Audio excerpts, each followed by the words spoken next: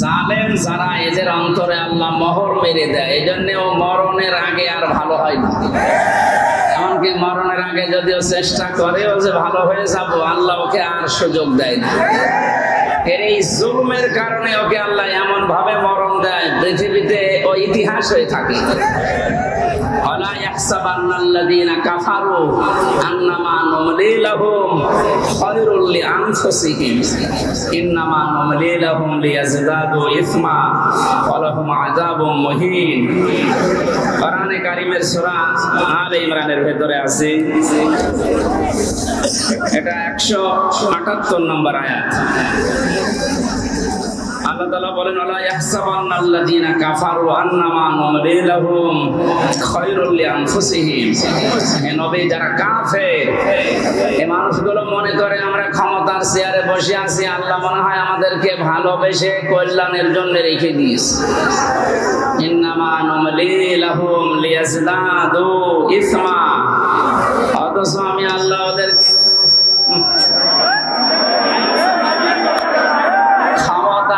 Chair বা টাকা পয়সা অর্থ সম্পদ দিয়ে রাখি এই কারণে যেন ওদের পাপের মাত্রা পরিপূর্ণ হয়ে যায়। আমরা তো কোরআনের আয়াতের সাথে বাস্তবতা মিলিয়ে দেখছি, অনেক কাফেরের জালেমের মানে পাপ পরিপূর্ণ হয়ে গেছে। কত মানুষের যে বরদোয়া তার উপরে।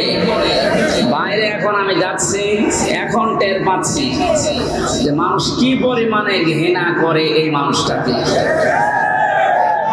আল্লাহ শেষের দিকে দিয়েছেন আলাহুম আযাবুম মুহিন।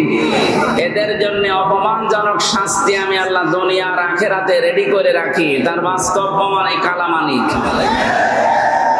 ওর বেশি পর্যন্ত নাকি জনগণ উড়িয়ে ফেলেছে। আপনি টের পাচ্ছেন কত বড় অপমান। মনে হয় মরে যাওয়া ভালো। গত পরশুদিন আমার মামলার হাজিরা ছিল। জজ সাহেব যতগুলো মামলা ছিল সব ঢিসমিস করে দিয়েছে, বলে এই মামলার কোনো বিচার করা যায়। আমি মনে করলাম যে প্রশ্ন করি যে স্যার, আপনার হাতেই তো 3 বছর ছিল এই মামলাটা, তখন তো জামিন দিলেন না। এখন হঠাৎ করে কি এমন শক্তি আপনার ভেতরে ভর করেছে? হয়তো জিজ্ঞাসা করলে বলবে যে আমার হাত বাঁধা ছিল, এখন আমার হাত খোলা আছে। সাদাকে সাদা, কালোকে কালো বলার সময় এখন, কারণ কোনো চাপ নেই। ছাত্র জনতার মাধ্যমে যে বিষয় আমরা পেয়েছি, আমরা এইরকমই একটা দেশ চাই যারা যে দায়িত্বে থাকবে যেন কোনো চাপে না থাকে। আপনারা জানেন সাবেক আইজি আব্দুল্লাহ আল মামুন এবং তার আগেরটা শহীদুল ইসলাম, দুইজনে ধরা পড়ার পরে এখন 7 দিন আর 8 দিন করে রিমান্ডে আছে। এদের নির্দেশেই নাকি এদেশের হাজারের উপরে ছাত্র ছাত্রীকে গুলি করে দুনিয়া থেকে বিদায় দেওয়া হয়েছে। রিমান্ডে এখন না আমাদের যে অবস্থা করেছিল, মাটির নিচে নিয়ে কালো কাপড় দিয়ে চোখ বেঁধে, পেছনে হ্যান্ডকাপ দিয়ে ঝুলিয়ে, ডান্ডা বেড়ি পায়ে দিয়ে, দড়ি মাথায় টাঙিয়ে 11 ঘন্টা টাঙিয়ে রেখেছিল। আমার মনে হয় এদেরকে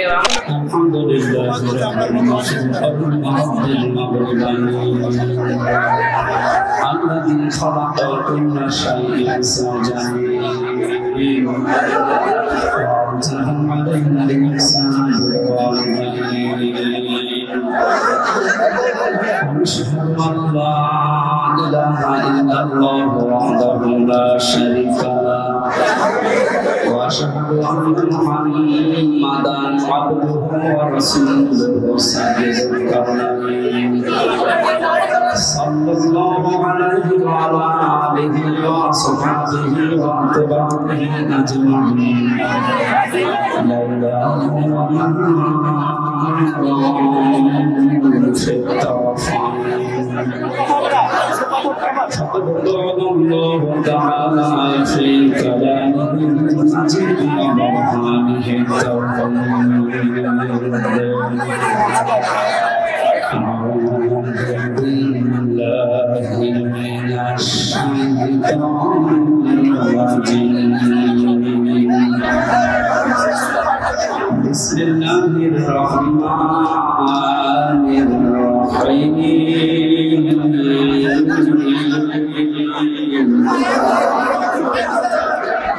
فلو أن لنا كرة فنكون من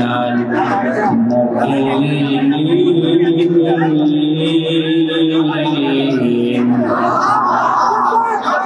إن في ذلك لآية وما كان أكثرهم مؤمنين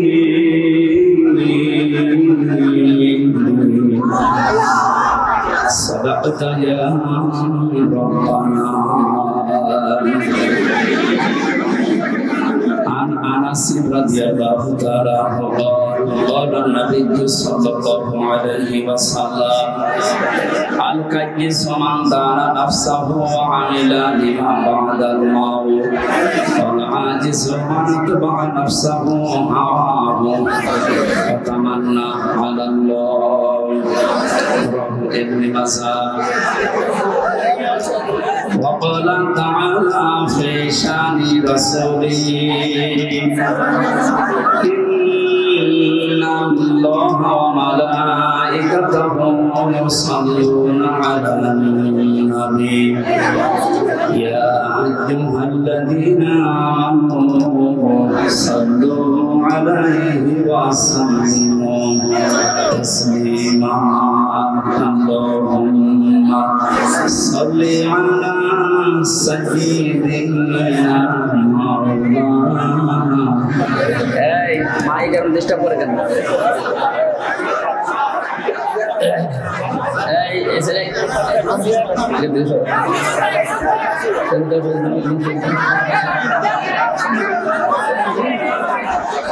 ولا لي سيدنا مولانا পৃথিবী থেকে স্থায়ী হয় না আকাশে ফেরাউনকে বানরোদ কেউ হবে চিরকাল রহিনা। আলহামদুলিল্লাহ সাতক্ষীরা জেলার কলারবা থানার অন্তর্গত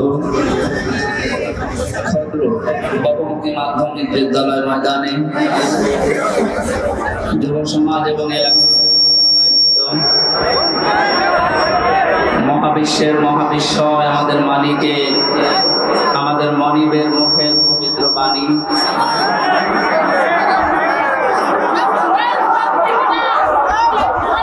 কোরআনে কারীম তাফসীরুল কোরআন মাহফিলের স্বনামধন্য সভাপতি, প্রধান অতিথি, বিশেষ অতিথিবৃন্দ, এতক্ষণ যারা আলোচনা রাখলেন আপনাদের খুলনার কৃতি সন্তান ইসলামিক চিন্তাবিদ মাওলানা রবিউল ইসলাম, নাম না জানা অন্যান্য উলামায়ে কেরাম, যশোর সাতক্ষীরায় আসলে যারা কোরআনের জন্য মহব্বত নিয়ে এগিয়ে আসে, আমার শ্রদ্ধাভাজন স্যার বসে আছেন যশোর মুক্তিযোদ্ধা ডিগ্রি কলেজের অধ্যাপক জনাব জাহাঙ্গীর আলম, মঞ্চে বসা অত্র এলাকার সর্বজন শ্রদ্ধাভাজন ব্যক্তিবর্গ, সামনে বসা মুসলমান ভাইরা, পর্দার আড়ালের সম্মানিতা মা এবং বোনেরা,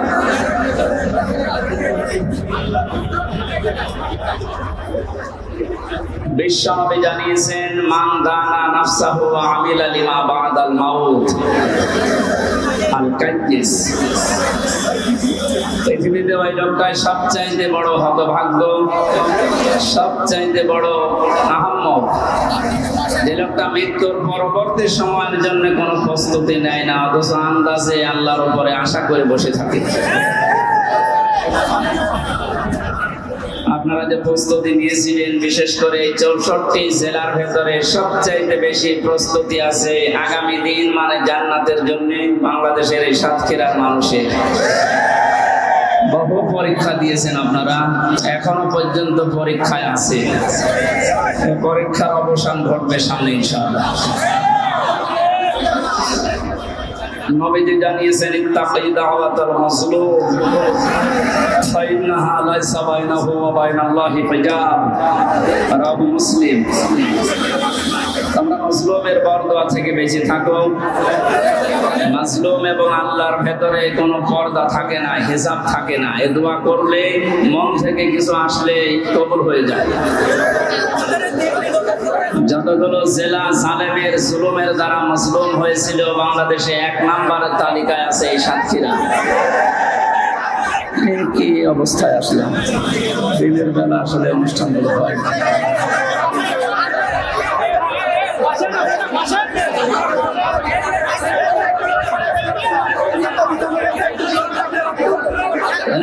রাতে ছাড়া মাহফিল গুলো আর নেবেন না, মানুষের এত ডিস্টার্ব করবে।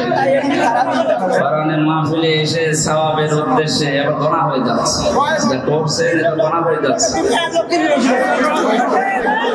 দাঁড়িয়ে থাকেন এই প্রচন্ড রোদের ভেতরে, এখন কি বলবো, দাঁড়িয়ে থাকেন কিন্তু কথা বলেন ভাই। কানে আওয়াজ আসলে তো আমি ভুলে যাবো, কথা বন্ধ করে। বাতাস আসতেছে চারদিক থেকে, আপনি একটু কথা বন্ধ করেন। কত মানুষ দেখেন তো কি কষ্ট নিয়ে দাঁড়িয়ে আছে, মেয়েরা ভাইরা। মুসাফির অবস্থায় আছি, মাজলুম অবস্থায় আছি, এবং এখনো আমি 3 বছর জেল খাটার পরে স্বাভাবিক হতে পারি না। এখনো পর্যন্ত আমি অসুস্থ। স্বাভাবিক হতে আরো সময় লাগবে, সুতরাং আমি এখনো অসুস্থ। নবীজির হাদিস অনুযায়ী অসুস্থ মানুষ, মুসাফির মানুষ এবং মাজলুম মানুষের দোয়া আল্লাহ ফেরত দেয় না। এই হিসাবে আশা নিয়ে আমি মোনাজাত করছি, মহান আল্লাহ যেন সাতক্ষীরার মানুষদেরকে মাজলুম হিসাবে গ্রহণ করে তার বানানো জান্নাত দান করুন। সামনে বসা মুসলমান ভাইরা, পর্দার আড়ালের সম্মানিতা মা এবং বোনেরা, এরা পর্দার আড়ালে নেই, এসব বাইরে চলে এসেছে। তারপরও যতটুকু পারেন আপনারা, যেহেতু পর্দায় থাকার জিনিস, একটু চেষ্টা করেন। আপনারা আলাদা কিছু বানাননি ওদের জন্য, সে জায়গা শেষ হয়ে গেছে।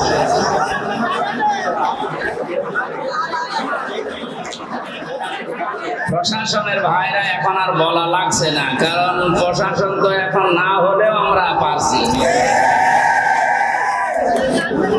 কয়েকদিন আগে এই যে আনসার বাহিনী দিয়ে একটা বিশৃঙ্খলার চেষ্টা চালিয়েছিল কিছু জালেমেরা।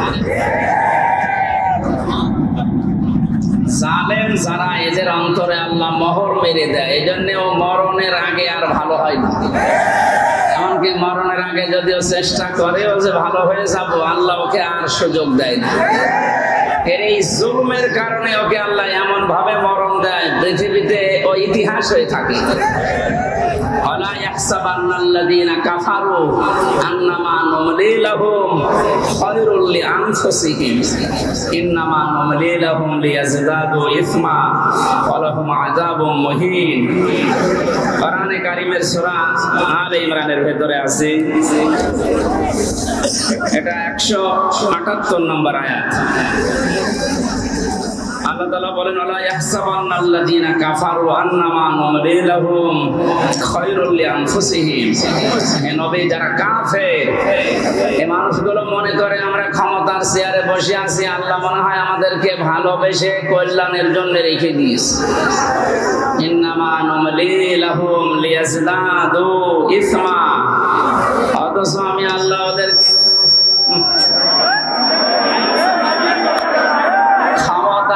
চেয়ার বা টাকা পয়সা, অর্থ সম্পদ দিয়ে রাখি এই কারণে যেন ওদের পাপের মাত্রা পরিপূর্ণ হয়ে যায়। আমরা তো কোরআনের আয়াতের সাথে বাস্তবতা মিলিয়ে দেখছি, অনেক কাফেরের, জালেমের মানে পাপ পরিপূর্ণ হয়ে গেছে। কত মানুষের যে বরদোয়া তার উপরে। বাইরে এখন আমি যাচ্ছি, এখন টের পাচ্ছি যে মানুষ কি পরিমাণে ঘৃণা করে এই মানুষটাকে। আল্লাহ শেষের দিকে দিয়েছেন আলাহুম আযাবুম মুহিন, এদের জন্য অপমানজনক শাস্তি আমি আল্লাহ দুনিয়া আর আখিরাতে রেডি করে রাখি। তার বাস্তব প্রমাণ এই কালামানিক। ওর বেশি পর্যন্ত নাকি জনগণ উড়িয়ে ফেলেছে। আপনি টের পাচ্ছেন কত বড় অপমান, মনে হয় মরে যাওয়া ভালো। গত পরশুদিন আমার মামলার হাজিরা ছিল, জজ সাহেব যতগুলো মামলা ছিল সব ঢিসমিস করে দিয়েছে, বলে এই মামলার কোনো বিচার করা যায়। আমি মনে করলাম যে প্রশ্ন করি যে স্যার আপনার হাতেই তো 3 বছর ছিল এই মামলাটা, তখন তো জামিন দিলেন না, এখন হঠাৎ করে কি এমন শক্তি আপনার ভেতরে ভর করেছে? হয়তো জিজ্ঞাসা করলে বলবে যে আমার হাত বাঁধা ছিল, এখন আমার হাত খোলা আছে। সাদাকে সাদা, কালোকে কালো বলার সময় এখন, কারণ কোনো চাপ নেই। ছাত্র জনতার মাধ্যমে যে বিষয় আমরা পেয়েছি, আমরা এইরকমই একটা দেশ চাই যারা যে দায়িত্বে থাকবে যেন কোনো চাপে না থাকে। আপনারা জানেন সাবেক আইজি আব্দুল্লাহ আল মামুন এবং তার আগেরটা শহীদুল ইসলাম, দুইজনে ধরা পড়ার পরে এখন 7 দিন আর 8 দিন করে রিমান্ডে আছে। এদের নির্দেশে নাকি এদেশের হাজারের উপরে ছাত্র ছাত্রীকে গুলি করে দুনিয়া থেকে বিদায় দেওয়া হয়েছে। রিমান্ডে এখন না আমাদের যে অবস্থা করেছিল, মাটির নিচে নিয়ে কালো কাপড় দিয়ে চোখ বেঁধে, পেছনে হ্যান্ডকাপ দিয়ে ঝুলিয়ে, ডান্ডা বেড়ি পায়ে দিয়ে, দড়ি মাথায় টাঙিয়ে 11 ঘন্টা টাঙিয়ে রেখেছিল। আমার মনে হয় এদেরকে, আমার তো বিনা কারণে, আর এদের তো কারণ আছে। আবু সাইদ, মুগ্ধ, ইয়ামিন, আবু রায়হান সহ যত মানুষ হত্যা হয়েছে, এবং এই কয়েকদিন আগে যে ভ্যানের উপরে লাশ তোলা হচ্ছিল সেই লোকটাও ধরা পড়েছে। এদেরকে এখন আমাদেরকে যে দেখাইতো এই ডিম, এদের এই ডিম যদি একটু দেখান এমনি সব স্বীকার করবে।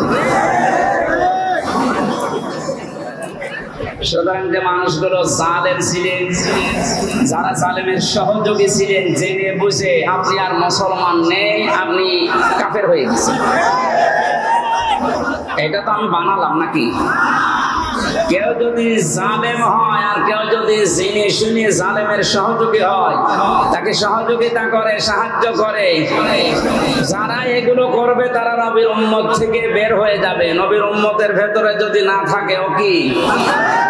এই কথা বলেন। আমি মনে করলাম জিজ্ঞাসা করে যে স্যার আপনি এতদিন তো এই কাজ করলেন না, হঠাৎ করে আমার বিচার শেষ হওয়ার পরে যেহেতু আমার সব ডিসমিস করে দিয়েছে, আর কিচ্ছু নেই, একেবারে বেকসুর খালাস, তার মানে 3টা বছর পর্যন্ত আমাকে জেলে রাখা পুরাটা অন্যায়, আমার তো কোনো দোষ পেলেন না। এক কথা বলুন না কেন?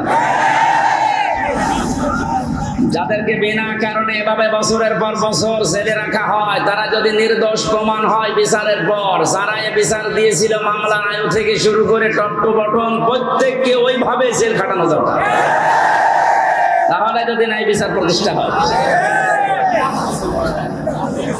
ওনার যেমন হাত এখন খোলা, প্রত্যেক জায়গায় আমরা এরকম হাত খোলা পরিবেশ এবং বিভাগ চাই।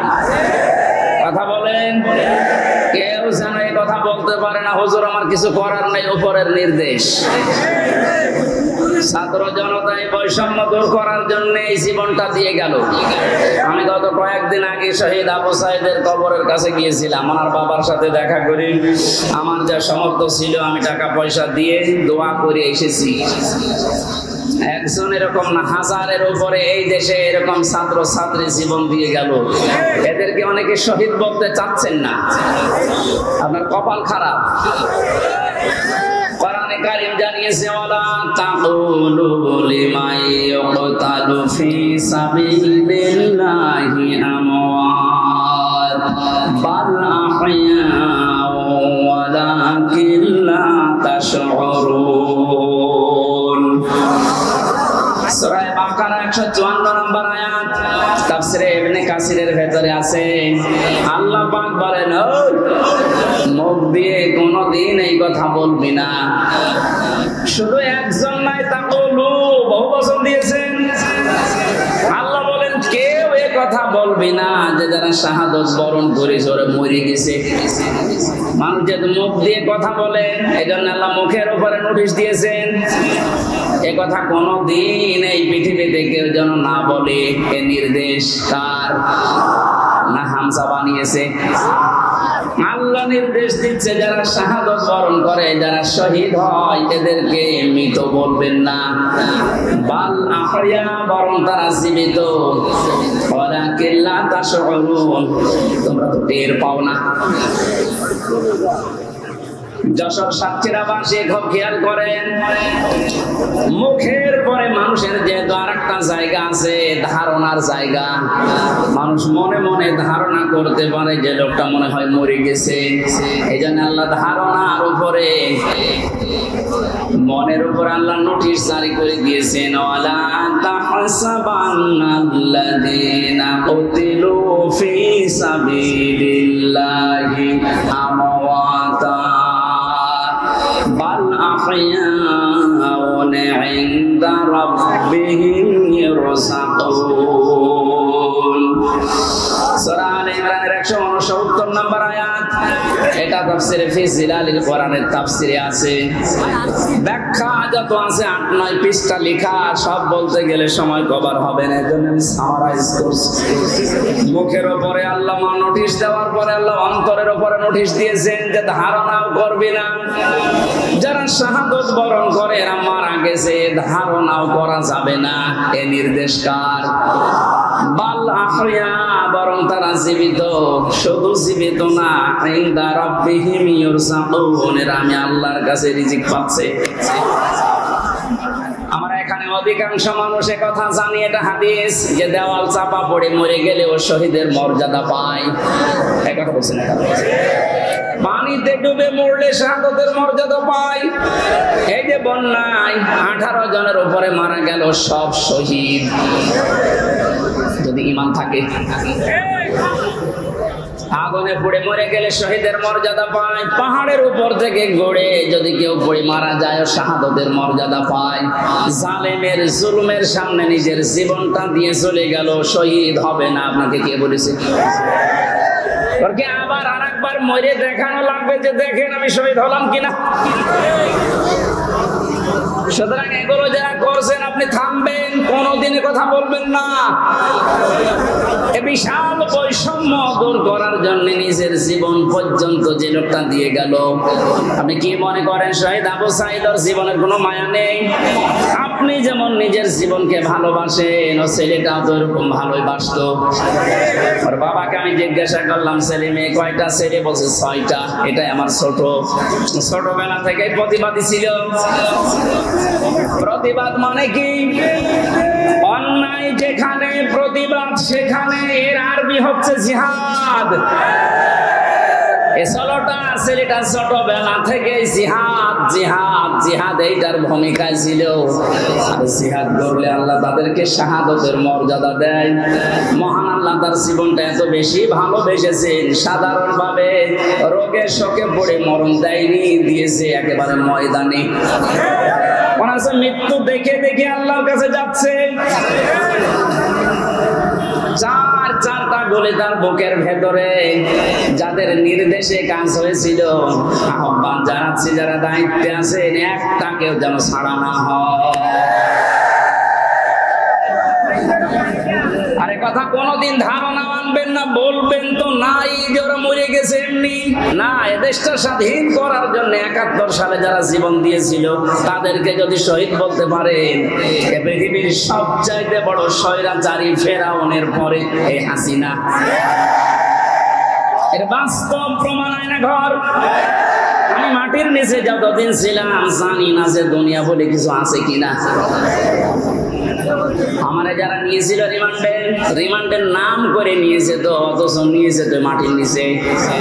এত কঠিন অবস্থায় রেখেছিল, এত অসহায় হচ্ছিল মনে নিচে কে, যে আল্লাহ পৃথিবীতে তুমি ছাড়া মনে হয় কেউ নেই। কারণ আমি বিচ্ছিন্ন ছিলাম দুনিয়া থেকে। আমি তো তাও মাত্র 3 বছর, আর ব্যারিস্টার আরমান 8 বছর। আপনি কল্পনায় আনতে পারেন যে একজন মানুষকে মাটির নিচে যে ঘর এখন দেখা যাচ্ছে, এখানে 2 দিন 5 দিন 10 দিন না 8 বছর একটা মানুষ থাকলো কি করে? এটা টুরিস্ট প্লেস হিসাবে আমার মনে হয় যারা দায়িত্বে আছে অন্তর্বর্তীকালীন সরকারের, তাদের উচিত হবে এটা রেখে দেওয়া। তামাম দুনিয়ার মানুষ সেটা আসবে, দেখবে আর বুঝবে যে বাংলাদেশে একটা জালেম ছিল। এর সাথে যারা জড়িত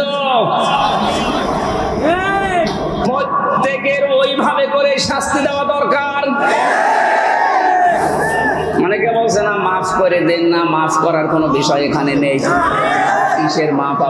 আপনি তো ওই জায়গায় পড়েননি। তাই কোরআনে কারীম জানিয়েছে ওয়াইনা আকাবতুম ফাআকিবু বিমিসলি মা উকিবতুম বিহি। তোমার উপর যতটুকু অত্যাচার করা হয় তুমি যদি প্রতিশোধ হিসাবে অতটুকু নাও তবে কোনো দোষ নেই। আমি নিরপরাধের পরও যা করেছে, যেহেতু নিরপরাধ আমি প্রমাণ হয়ে গেছি গত পরশুদিন। কথা বলেন না কেন? গত পরশুদিন আমি তো প্রমাণ হয়ে গেছি যে আমার কোনো দোষ নেই। এই জন্য তো আদালত বেকসুর খালাস দিয়েছে। তাহলে যারা এর সাথে জড়িত টট্টপটল, আমার কিন্তু কোনো সাধারণ মানুষ মামলার বাদী ছিল না। মামলার বাদী ছিল হাসিনা। জেনে শুনে কাজ করেছে। আমার মতো একজন দুইজন না, হাজার হাজার আলেম আমার সাথে জেলখানায় সারা বাংলাদেশে আমি গণনা পেয়েছিলাম। আমার সাথে প্রায় 120 জনের উপরে ছিল, সারা দেশে মিলে কয়েক হাজার। জানা শোনার পরে যারা ভুল করে অবশ্যই তারা অপরাধী, আর অপরাধীর শাস্তি হবে মাস্ট বি। অপরাধগুলোর সাথে যারা জড়িত আছেন, আমি নিজেরটা যেহেতু ভুক্তভোগী আমারটা বলছি, আমি তো নিরপরাধ প্রমাণ হয়েছে দেশের আদালতে। যারা জড়িত আমার মামলার আইওয়াই মিজান থেকে শুরু করে প্রত্যেকের আমি এইরকম 3 বছর জেল চাই। এমনকি আমার ধরার পরে আমার বাবার কাছ থেকে ওরা বিনা কারণে বলেছে 10 লাখ টাকা দেন, নয়তো 50টা মামলা দেব। বাবা আমার গ্রাম্য মানুষ, ভয়তে 8 লাখ দিয়ে দিয়েছে। আমি গতকালকে আমার মামলার আইরে কল দিয়েছিলাম। আগে ওরে আমি স্যার বলতাম, আর কানকে দেখছি কান্না কাটি করে বলছে স্যার কি করা লাগবে বলে। কি করা লাগবে মানে আমার 8 লাখ টাকা ফেরত দে। কারণ এখন তো আমার কোনো দড়ি নেই, সব শেষ। শুধু আমার মামলা না, এদেশে যত মানুষকে বিনা কারণে আজ বন্দি ঘরে, আয়না ঘরে, জেলখানায় আটক রাখা হয়েছে, এদের সাথে যারা জড়িত কিছু তো প্রমাণ করতে আপনি পারবেন না। এদেশের 18 কোটি মানুষ যদি মাফ করে দেয় আপনাকে, কারণ আমার সামনে ব্যারিস্টার আরমানের স্ত্রী আপনারে মাফ করবে না। কালকে লাইভ করেছেন সংবাদ সম্মেলনে, যা করেছেন তার সাথে পৃথিবীর ইতিহাস পাল্টিয়ে ফেলেছেন। এই জন্য আল্লাহ জালেমদের এত কঠিন এবং করুণ এবং ভয়ঙ্কর পরিণতি নিয়ে আসে। কালকে আদালত থেকে বের হওয়ার সময় দেখলাম হাজী সেলিম হাও মাও করে কাঁদছে। আমি কিছু জানি না, কথা মুখ দিয়ে ভালো বের হয় না। নৌকা বলতে গিয়ে নৌকা বলে, নৌকা বলতে পারে না। কি হলো বলেন তো জালেমের? যতগুলো হত্যা মামলা তার, একটার যদি রায় হয় হত্যা মামলার, ফাঁসি হবে তার।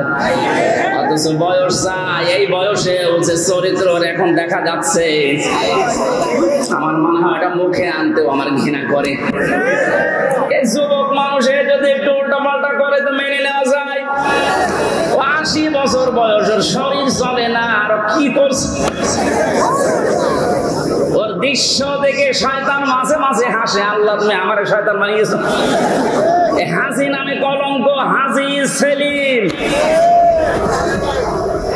কত টাকার মালিক ছিল শুধু আল্লাহ জানে, আর ও জানে, তাছাড়া কেউ জানে না। ঢোকায় থেকে পর্যন্ত পৌঁছে কি হলো আপনার? শেষ বয়সটা একটু আল্লাহ বিল্লাহ করে দুনিয়া থেকে বিদায় নেবেন, সে অবস্থা এখন আপনার নেই।